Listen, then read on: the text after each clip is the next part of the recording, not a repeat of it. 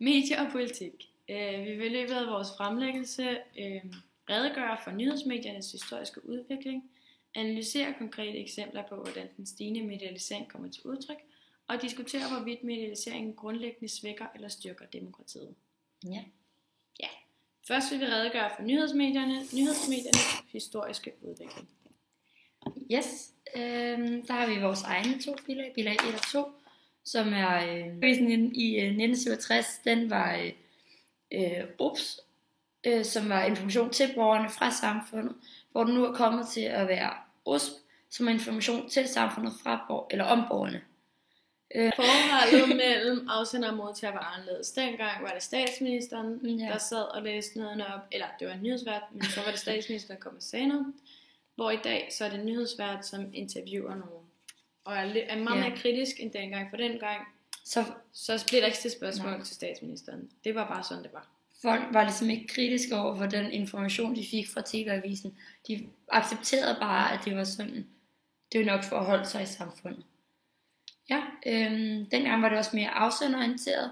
Altså der var ikke, hvor det nu er mere modtagerorienteret, altså der var ikke fokus på hvordan borgerne, modtagerne skulle forholde sig til. Ja, og hvad de gerne ville have. Ja, hvor det nu er mere modtagerorienteret, altså der er fokus på, hvad ønsker borgerne at få af nyheder, og hvordan, og den bedst mulige måde at få de her nyheder ud på.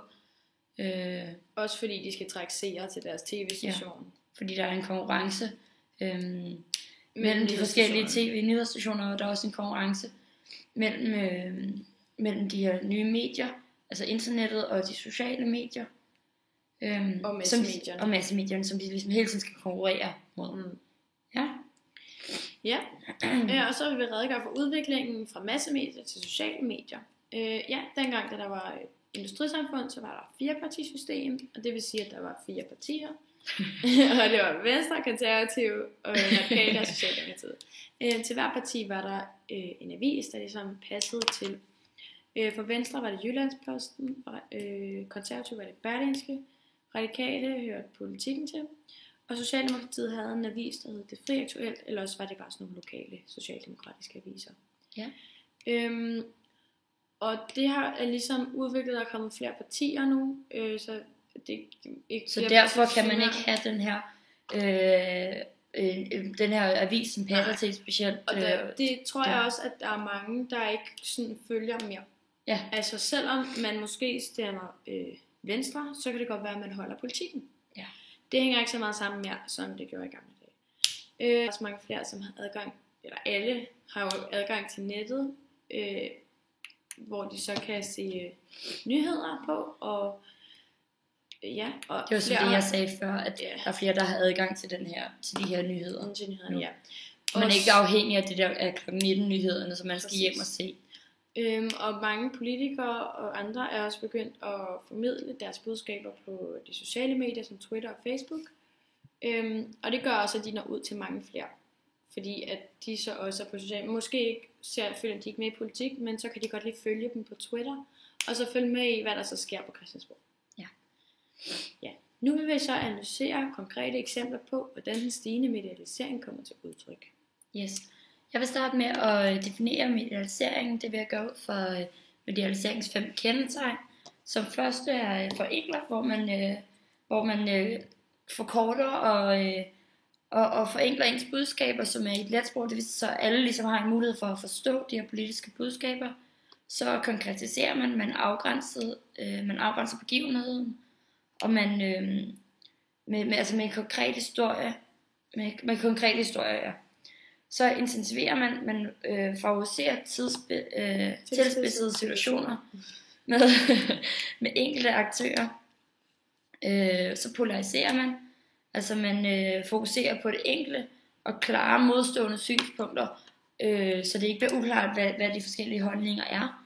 Så personificerer man, altså man fremlægger grundlæggende principielle forhold som et spørgsmål, og det bliver mere personligt, altså som for eksempel case-historier. Ja, som er jo et eksempel. Ja. Så vil jeg også lige forklare, hvad frontstage og backstage er. Frontstage, det er, hvordan man agerer i medierne eller offentlige fora og forhold.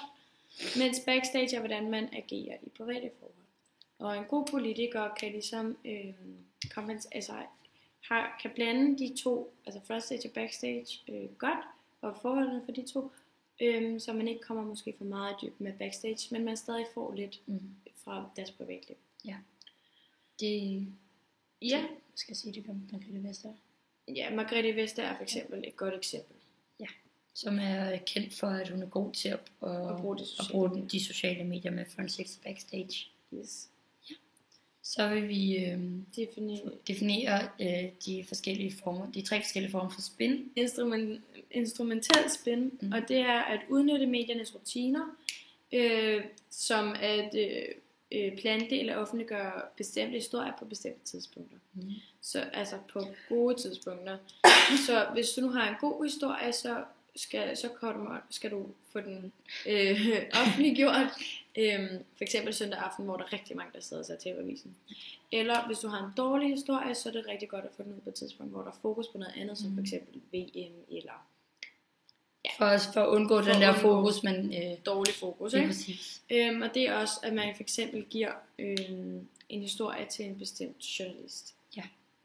Så er der interaktionel spin, hvor man kan ændre fokusen eller opmærksomheden fra en ting, der kan skade en sag. Altså hvis man for eksempel har en dårlig sag, som man ønsker, hvor man ønsker opmærksomheden væk fra den, så kan man for eksempel starte med at sende de her prøveballoner ud, så man lige mærker, hvordan folk reagerer på den her sag, man skal til at sende ud. Og så hvis den er så kommet ud, den her sag her, så kan man benægte faktuelle forhold, og man kan, hvis man så er i en diskussion i medierne, så kan man blive ved med at prøve at tale udenom sin sag. Hvis man er i for eksempel i medierne, så kan man blive ved med at benægte de her faktuelle forhold, som kan blive stillet mod en. Man kan blive ved med at tale udenom, eller man kan svare på noget andet end det, der bliver spurgt om, for at fjerne fokus fra en sag. Så kan man også bare helt prøve at undgå de her diskussioner, men hvis man så er alligevel kommet i den her situation, så kan man så prøve at latterliggøre ens modstandere og personliggøre politiske uenigheder. Ja, så den sidste hedder identitetsmæssig spin eller semantisk spin, og det er at prøve at bygge et bestemt billede af sig selv eller en modstander. Altså man vil jo gerne have sig selv i et godt billede, så måske gøre en modstander mere utroværdig, og det gør man i offentligheden. Ja. Og der bruger man meget argumentation teknikker, som ethos, altså pathos og retoriske virkemidler. Man benytter også meget diskurs, som er at give et ord en bestemt tone, altså negativt og positivt. Ja. Hvordan opleves spin og politiske kommentatorer af politikerne? Der er jo bilag 5, som er en undersøgelse på politikere på Christiansborg. Ja. Hvor der er 12 politikere, der har svaret på, hvordan de mener, at medialiseringen har påvirket demokratiet. Og der er kun 2, som faktisk synes, at det ikke er negativt, at de ikke har påvirket dem negativt. Og Simon Emil Ammitzbøll er en af dem, og han mener, at prestigevalget er selvforskyldt, så det er simpelthen politikernes egen skyld. Mens Christine Antorini, hun synes, at hun er faktisk bare enig med... Hvor de så 10 andre, de er uenige, og de mener, at det rent faktisk har påvirket det her på en negativ måde. Ja, og der skal være mindre fokus på privatlivet. Ja. Og der bruger vi også bilag 7, hvor det er en artikel, hvor... Jeg er homo. Jeg er homo. Som er Søren Pape, som kommer ud den her, som for de konservative, han kommer ud den her. Altså han er konservativs nye leder. Ja. Han siger, at jeg er homo, og det vil sige, at der er fokus på backstage. Rigtig meget fokus på backstage. Og det kan måske også gøre, at de mister vælgere, da vælgerne så måske tænker mere på, at han er homo, frem for hvad han egentlig står for. Og hvis de nu har en imod, at han er homo, så vil de så lade være med at stemme på ham, selvom de egentlig er enige med hans holdninger. Ja. Yes. Diskussion. Nu vil vi diskutere, hvorvidt medialiseringen grundlæggende svækker eller styrker demokratiet. Ja. Og det vil vi gøre ved, vi har inddraget eget bilag nummer 3. Ja. som også er Margrethe Vestager, men på Facebook den her gang i stedet for Twitter. Og det handler om spin og politikernes brug af medierne. Og der er meget øget brug af spin og brug af medierne af politikerne. Og Margrethe Vestager er jo som sagt rigtig god til at bruge de sociale medier, og ligesom både få backstage og frontstage med. Men mange politikere bruger også mere og mere spin, hvilket påvirker deres vælgere rigtig meget, og der bliver man brugt rigtig meget kanyleteori, hvor man bare får sprøjtet holdning ind i armen. Og så man tager ligesom ikke stilling man forholder til, sig ikke kritisk til den nyhed, man nu får. Nej, man tænker bare, okay, sådan er det. Ja. Så kan vi diskutere fordele og ulemper med den her øget medialisering. Der kan vi bruge bilag 2, som hvor en gevinst ved den her øget medialisering, det er, at fordi der er så mange sociale medier, og så bliver budskabet forenklet rigtig meget, så mange kan forstå det, kan man kunne ud til mange flere. Men et minus ved det så er så, at man aldrig kommer i dybden, og ligesom, at man ikke dækker det politiske tilstrækkeligt. Ja, så er det også nemmere at få en tillid til politikerne, fordi man ligesom kender de her politikere bedre, men et minus ved det, problem ved det kan ligesom være, at man mister troværdigheden til de politikere, og man der kommer en mistillid til politikerne. Ja. Så når nu der er så meget fokus på backstage, så kommer der rigtig meget drama, og det får rigtig mange til at interessere sig for politik, fordi det lige pludselig bliver meget spændende. Men det gør så også, at der kommer et faldende politisk engagement. Ja, så er der også et øget, som det Astrid sagde, der er et øget fokus på skandaler i medierne, og det giver så mulighed for at kontrollere magthaverne. Og et minus ved det er, at politikerne glider i baggrund, og det er de her personsager og backstage, så lige så kan komme i fokus. Ja, og så vil vi også lige hurtigt gennemgå, hvad vi synes er et stærkt demokrati. Og det synes vi er, at man ikke ligesom bliver afhængig af andres fortolkninger.